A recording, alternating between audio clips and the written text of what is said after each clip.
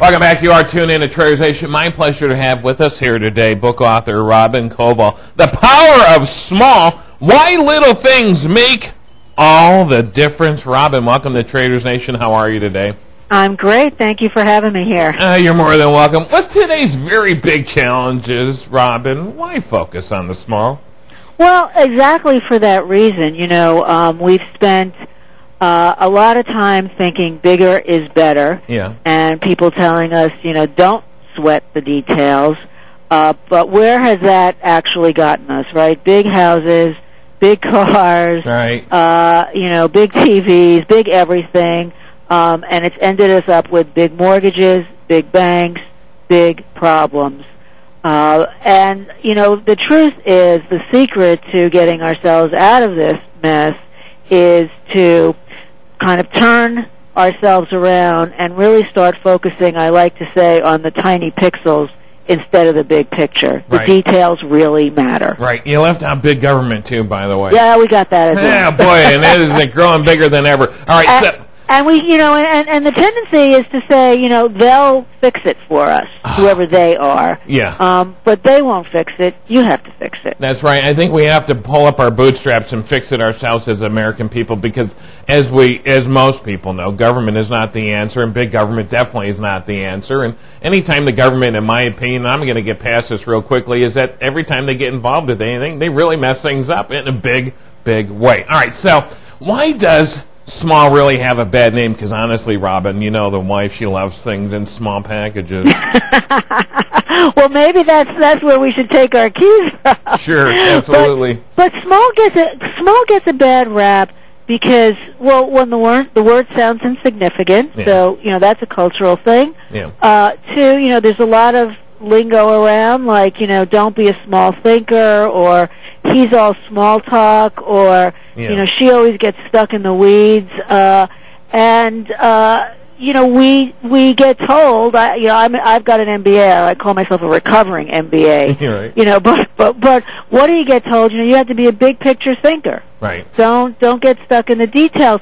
So culturally, we are taught that small isn't valuable. But if you look at where does success really come from? Yeah. Well, every business that's big now started as the little spark of an idea of an entrepreneur. Sure.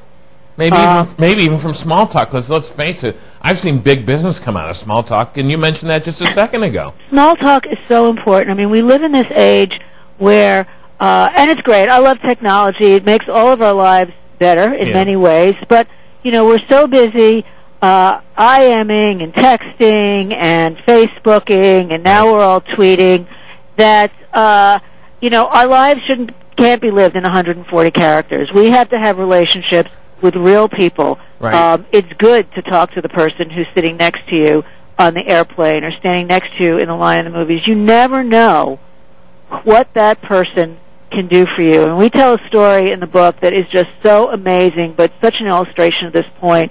A lady we know, her name is Anna Marie. She lives in Tacoma, Washington.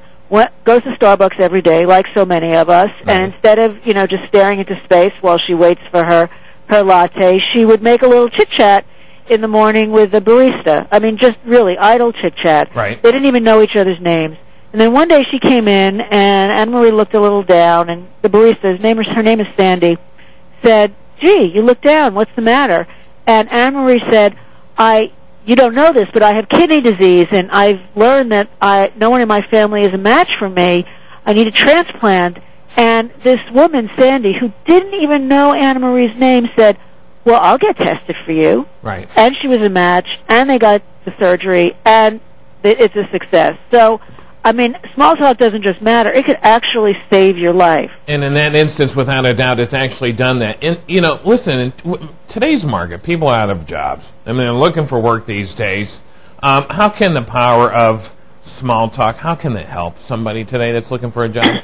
Well, it is I think it is the competitive advantage, right? I mean, people looking for a job. There are a lot of people out there, a lot of people who are as well qualified as you, maybe more qualified than you, and there aren't a lot of jobs. Yeah. So how do you distinguish yourself from the next person? It's the little details that do that. And I always tell people, don't let little mistakes spell disaster. Take that extra minute to, really make sure you know how to pronounce that person's name when you walk in the room. Make sure there are no typos in your resume. How do you feel when somebody sends you an email and they spelled your name wrong? Pretty bad. Right, exactly. And you know what? You're absolutely right, because I've always said that. Take that extra minute to make that detail stand out, because you know what? Somebody's going to notice that. It's going to be the right person that's going to, and they're going to know that you took that extra time, not only for yourself, but to communicate better, to get that message to that person better, to do whatever better, but you took that extra second to do that, and that really stands out for somebody versus somebody that, just throws it together, puts it out there, and here you go. People notice the difference. They notice it, and it's a big, it's a way to kind of take, a little slice, as, Malcolm Gladwell says, to thin slice it, and to say, that's a picture of how that person's going to be. Right. I know everything I need to know about them from, the way those little details I can perceive in the first 7 minutes of an interview. So it really, really does matter. And it's so easy, right? These are not hard things to do. I mean, getting a new job, that's really, really hard. Yeah. But you can make it a lot easier. I mean, another thing I always tell people is, become a mini-tasker. Right? We feel like we do have big problems now, and I don't want to minimize them. Right. But how do you solve a big problem? You usually have to find a smaller problem to solve. All right, so how can a small approach help us become more productive personally and maybe even professionally? Well, here's one way. Become a mini-tasker. Yeah. Right? So instead of, sitting there in front of that big thing you have to do, the big report you have to do at work, or organizing the family reunion, or any of those things that we swirl about and get into that I don't know what to do first syndrome, is say, you know what, I don't have to do everything. All I have to do today is 3 things. Make a list of 3 things you can promise yourself you can do today. Be a mini-tasker. And what happens is you do those 3 things, you feel good. Yeah. Celebrate them. Yeah, you have a sense of accomplishment.